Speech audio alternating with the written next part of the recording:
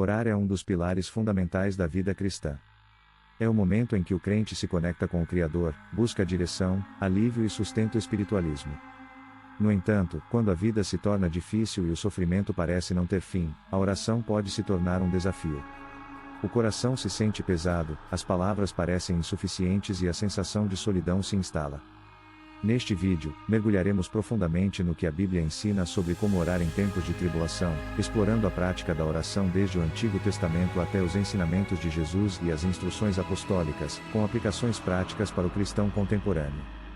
A essência da oração: a oração não é uma mera repetição de palavras ou uma obrigação religiosa vazia. É um diálogo vivo, genuíno e íntimo com o Criador. No Antigo Testamento, vemos figuras como Moisés, Davi e Elias buscando a presença de Deus com fervor. Moisés, ao interceder pelo povo de Israel, revelou a natureza intercessora da oração, Êxodo 32, 11 a 14. Davi, ao compor os salmos, expressou dor, alegria, arrependimento e gratidão, mostrando que a oração deve ser um reflexo sincero da alma, Salmos 51, 17. A oração é, acima de tudo, um ato de dependência e confiança. Quando tudo parece ruir, orar é reconhecer que há um Deus soberano, amoroso e presente, capaz de transformar até as situações mais adversas. Oração na angústia. Exemplos bíblicos: a Bíblia está repleta de exemplos de oração em meio à angústia. Ana, estéril e humilhada, derramou sua alma diante de Deus no templo e foi ouvida, 1 Samuel 1 e 10 a 20. Jó, mesmo em meio à perda de seus bens, filhos e saúde, manteve-se em diálogo com Deus, questionando, clamando e, ao final, reconhecendo a soberania divina, Jó 42, 1 a 6. Davi, perseguido e traído, não cessou de buscar a Deus, como registrado no Salmo 34, 4. Busquei ao Senhor, e Ele me respondeu, livrou-me de todos os meus temores. Esses exemplos ensinam que a oração não precisa ser perfeita, precisa ser sincera. Deus não rejeita um coração quebrantado. Quando não há palavras, o papel do Espírito Santo. Em Romanos 8 e 26, Paulo ensina que o Espírito Santo intercede por nós com gemidos inexprimíveis quando não sabemos o que pedir. Em momentos de dor extrema, as palavras falham, mas a oração não precisa cessar. O simples ato de suspirar: Senhor, ajuda-me, é suficiente para alcançar o trono da graça. Essa intercessão divina evidencia o cuidado de Deus para com seus filhos, mesmo quando suas forças se esgotam. O exemplo de Jesus no Getsêmani. O maior exemplo de oração em tempos difíceis é dado pelo próprio Jesus no jardim do Getsêmani. Sabendo que enfrentaria a cruz, Jesus orou: Meu Pai, se for possível, afasta de mim este cálice, contudo, não seja como eu quero, mas sim como tu queres. Mateus 26, 39. Sua oração demonstra vulnerabilidade humana e submissão à vontade divina. Ele ensinou que, mesmo nas horas mais sombrias, a confiança no Pai deve prevalecer.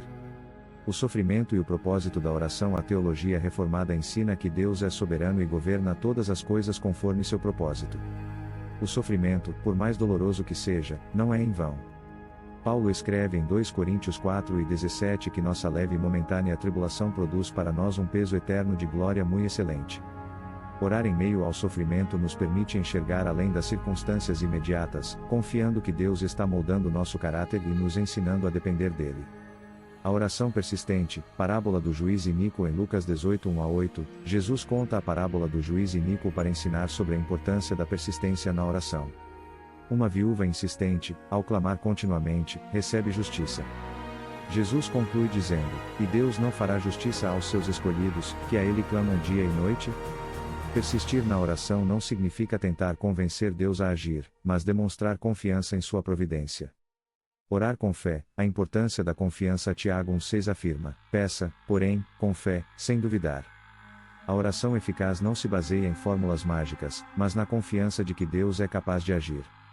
Essa fé não significa que receberemos tudo o que pedimos, mas que seremos atendidos conforme a vontade perfeita do Pai. Oração intercessória. Orando pelos outros. Paulo frequentemente intercedia pelos crentes das igrejas que fundava. Em Efésios 6 e 18, ele exorta: orem no Espírito em todas as ocasiões, com toda oração e súplica. Orar pelos outros amplia nossa perspectiva e fortalece a unidade da igreja. Oração de arrependimento. O exemplo de Davi. O Salmo 51 é um exemplo clássico de oração de arrependimento. Davi, após confrontado pelo profeta Natã, reconheceu seu pecado e clamou por perdão. Essa oração ensina que, mesmo após quedas graves, a misericórdia de Deus está disponível para os que se arrependem sinceramente. Orando com gratidão, a paz que excede o entendimento. Paulo instrui: em tudo, dai graças. 1 Tessalonicenses 5:18.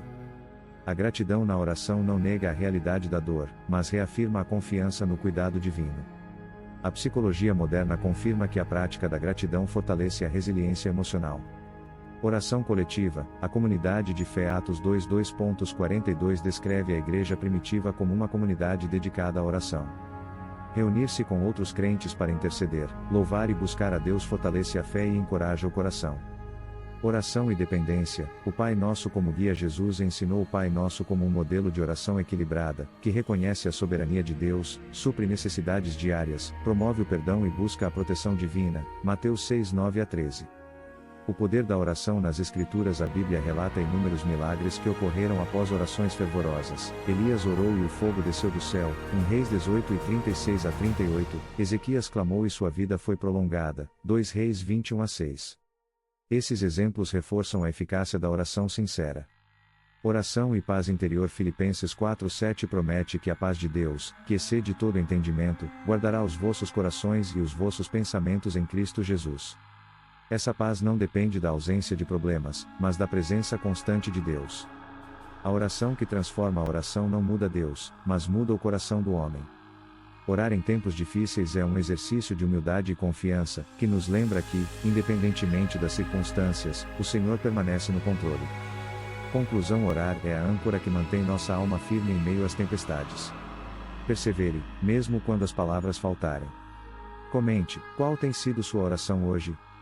Inscreva-se no canal Modo Eterno e fortaleça sua fé.